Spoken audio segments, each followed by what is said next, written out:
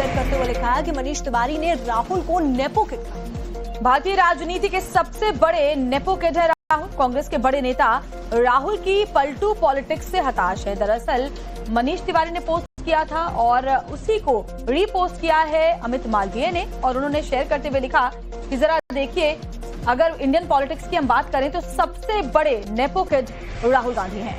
देखिए, वंशवाद की बात उन्होंने की है, वंशवाद पर प्रहार किया गया है अमित मालवीय की तरफ से, और उन्होंने कहा है कि जो नेपो किड, नेपोटिज्म की बात होती है राजनीति में, तो ऐसे में सबसे बड़े नेपो किड तो राहुल गांधी खुद।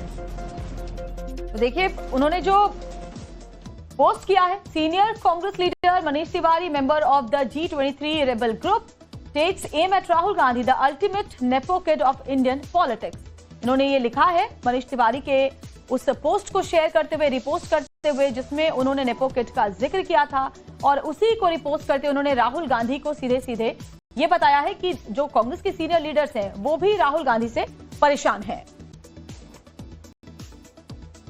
तो दो तस्वीरें हम आपको दिखा रहे हैं, मनीष तिवारी का पोस्ट और उसको रिट्वीट किया, रिपोस्ट किया है अमित मालवीय ने।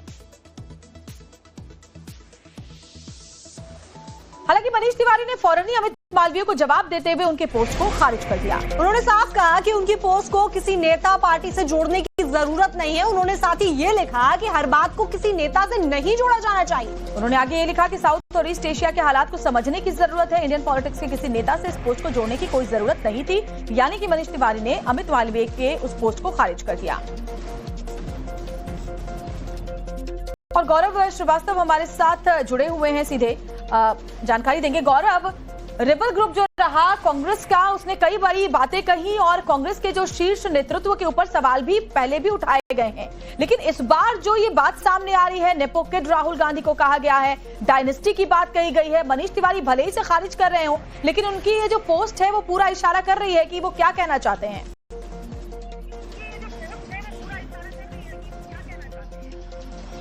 बिल्कुल, देखिए, मनीष तिवारी जो कि कांग्रेस के कद्दावर नेता हैं, मंत्री रहे हैं यूपीए सरकार में, वो यूपीए सरकार जो भ्रष्टाचार के आरोपों के बाद जिसे सत्ता से उतार दिया गया, वो उस रेबल ग्रुप का भी हिस्सा है जिसे G23 कहा गया, ग्रुप 23।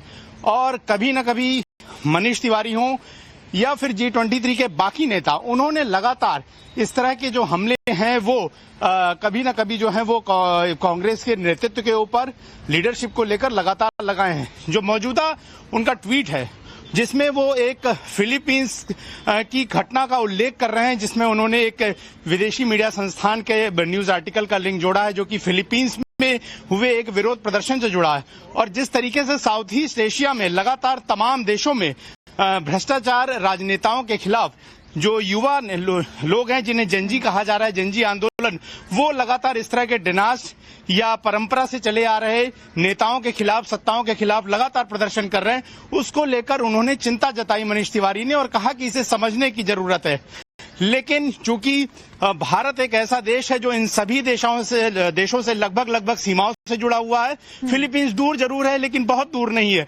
ऐसे में क्या भारतीय कंटेक्स्ट में उसका क्या महत्व था, इसी के उनके इस लेख को लेकर जो है वो आरोप लगे। और उसके बाद अमित मालवीय जो कि भारतीय जनता पार्टी के नेता हैं, उन्होंने उसको कोट करके लिखा कि किस तरीके से एक बड़ी स्मार्ट तरीके से तंज यहाँ पर कस दिया गया है राहुल गांधी के ऊपर, उन्हीं के पार्टी के नेता के द्वारा। तो ये एक बड़ी बात है।